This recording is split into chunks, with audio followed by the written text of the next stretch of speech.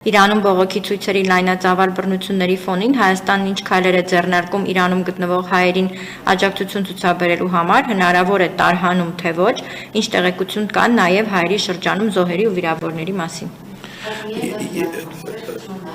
Այո, սիրով, եկեք տարանջատենք Սիրիան եւ Իրանը, բացատրեմ թե ինչու։ Սիրիայի ես վիճակը մի տեսակ քրոնիկ է, այսինքն մարդիկ արդեն սովորել են։ Ես ցավով եմ դա ասում, որովհետև իհարկե մեր դիրքորոշումը նա է, որ Հայաստանում շատ ավելի լավ է, եթե հնարավորություն ունեք, ու այդ հնարավորությունը եղել է, այսինքն խաղաղ պայմաններ լինում են բարբերաբար, եկեք Հայաստան, եկեք հայրենիքում բնակվեք, որովհետև ապագան շատ մշուշոտ է Սիրիայում։ Եվ նույնիսկ հիմա էլ այս բախումները, որ Հալեպում կան, բավական լուրջ բախումներ են կառավարական ուժերի եւ քրդական միավորումների միջև, այս ամբողջ ընթացքում մենք մեր հայրենակիցների հետ կապի մեջ ենք, մենք գիտենք ռեալ ժամանակում, թե ինչ է տեղի ունենում, կոնկրետ այդ օրը, այդ գիշեր ինչ զարգացումներ եղան։ Իրանում մենք ուրբաթ օրվանից տեղեկություն չունենք, այս պահին էլ մենք չենք կարողանում կապնվել մեր հայրենակիցների հետ, որը մեզ շատ է անհանգստացնում, եւ շարունակելու ենք մեր ջանքերը կապ հաստատելու նման դեպք, երբ որ եղավ 12 օրվա պատերազմի ընթացքում, եթե հիշում եք Իսրայելի եւ Իրանի միջև, եթե չեմ սխալվում, մայիս ամսին էր, մենք սկսեցինք ռեսուրս ձեռք բերեցինք սահմանին,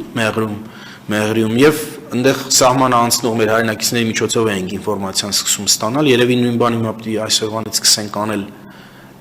այնտեղ, որովհետեւ այլապես բնական է այս տեղեկատվական դադարը մեզ շատ է անհանգստացնում, չունենք բավական տեղեկություն, որպեսզի կարողանանք խոսել տարհանման մասին։ Ես ուզում եմ ձեզ հիշեցնել, որ 23 թվականին, երբ որ սկսվեց Համաս-Իսրայել առճակատումը, ռազմական վերջին փուլը, մենք ռազմական գործողությունների առաջին 10 օրվա ընթացքում մեր հայրենակիցների մի մեծ խմբի տարհանեցինք Իսրայելից եւ մեր ջանքերով էր դա մենք էինք պնդում, որ դա տեղի ունենա, հենց որ տեսնենք, որ համապատասխան տեղեկություն ունենք Իրանի մեր հայրենակիցների հետ կապված, որը մեզ հնարավորություն է տալիս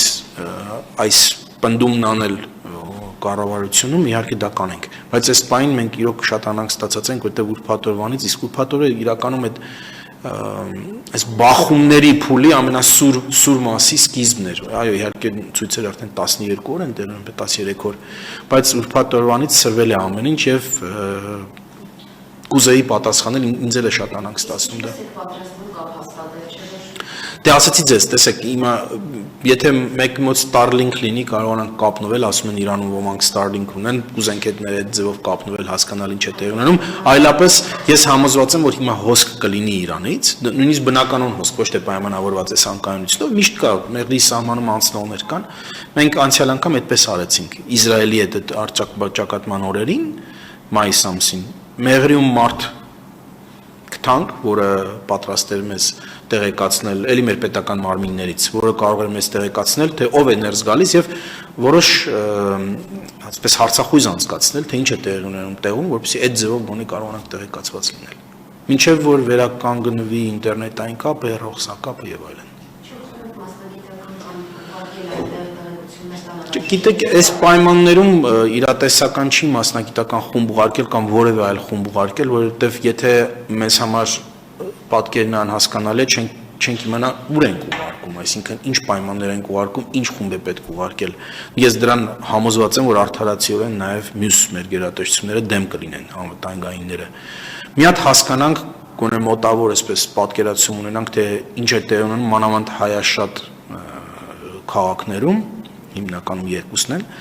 եւ ըստ այդմ կողմնորոշվենք մեր հաջորդ անելիքները։ Իսկ ներողություն, իսկ սահմանային անցակետում հիմա ինչ իրավիճակ է, շարժ կա որոշակի։ Շարժ միշտ կա, ուզում ասել, որ Իրանից հոսք դեպի հայերի։ Այդ շարժը միշտ կա, բայց թե ինչ ծավալների են, ես ճիշտ ասած չգիտեմ, այս պայն մեզ եթե մինչև երեկո այդ նույն հարցը տակ, պատասխանենք ավելի կոնկրետորեն, ոչ միայն հայերի իմաստով, ես հասկանում ձեր հարցը շատ ավելի լայն է, թե ինչ ծավալի են այդ շարժը, այսինքն շատացել է, քչացել է, ինչ է տեղի